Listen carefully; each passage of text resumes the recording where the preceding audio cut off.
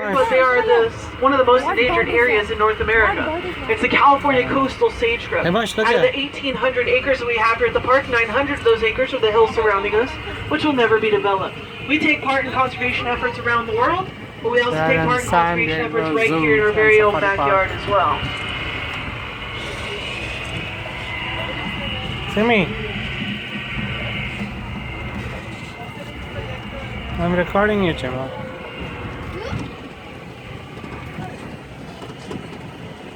On those white stripes there. Now, if you spot any other species in there, don't worry about them just yet. We should see those species later with a little bit more time to stop and talk about them and hopefully a better view. The ones that are in with the zebra are a couple bachelors from a few different species. Now, you guys know when you're driving around town and you hit those metal plates that are in the ground sometimes? We're going over some now so that you guys don't get startled by the noise.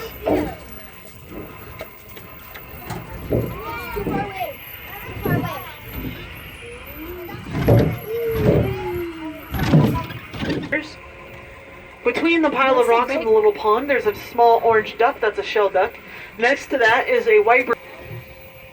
Behind the little pond, there's a vulture sitting on a rock. To the left of that vulture is also a tan bird walking around. That's one of the Egyptian geese.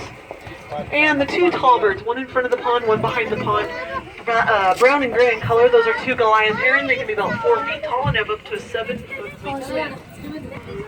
Now, over on the left side, you got one brown animal with swept back horns at the feeder.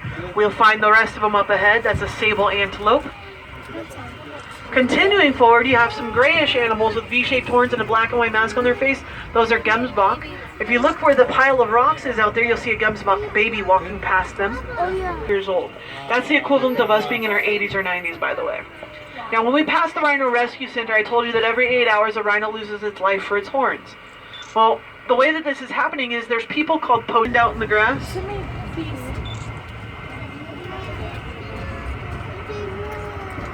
And we got a rhino right below us in the boma here. Now, Chuck, we saw a moment ago, is a southern white rhino. Eric is an eastern black rhino. Pretty much the same color, aren't they? So why is Eric called a black rhino if he's the same color as a white rhino? It's believed that the black rhinos rolled in mud that was made from volcanic ash before they were discovered. And so at the time of discovery, they actually did look like they were black, and the name just kind of stuck out. Now, we're going to go to the right side for a moment. We'll get back to the giraffe in just a second, I promise. Real quick, on our right towards the back of the tram, there's a gray animal. Basically looks like a donkey. That's one of the Somali wild ass, critically endangered species. The Somali wild ass don't have horns or ossicone to fight with, so instead they kick and bite as a form of defense, which is also how a zebra would defend themselves as well. Now, if you look straight out from the front of the tram, there's a rock face out there, and right below it is a tan animal looking in our direction with curved horns. That is one of our Barbary sheep. They're also called udad. Now, when I mentioned the Somali wild ass, I said that they don't have... Now, also on our right is the world's most dangerous animal. They just happen to be wearing helmets at the moment. But yes, the humans are the world's most dangerous animal. We cause the most destruction. That is a trike safari, by the way. Now, off to our left, look over these buildings into the next enclosure that's on the other side of that wall out there. There's two cattle, a white one with brown speckles and a reddish-brown one that's near the dirt road. Those are Ankole cattle bred by the Ankole people, species where only the boys have horns. That tells you they come from an environment where they have plenty of resources. The girls don't need horns. They're not going to have to fight the boys and the other girls for food, water, or shade. They have plenty where they come from. The boys have horns, though, so they can fight each other over the attention of the girls. Fight for breeding rights. Those are red-fronted gazelle.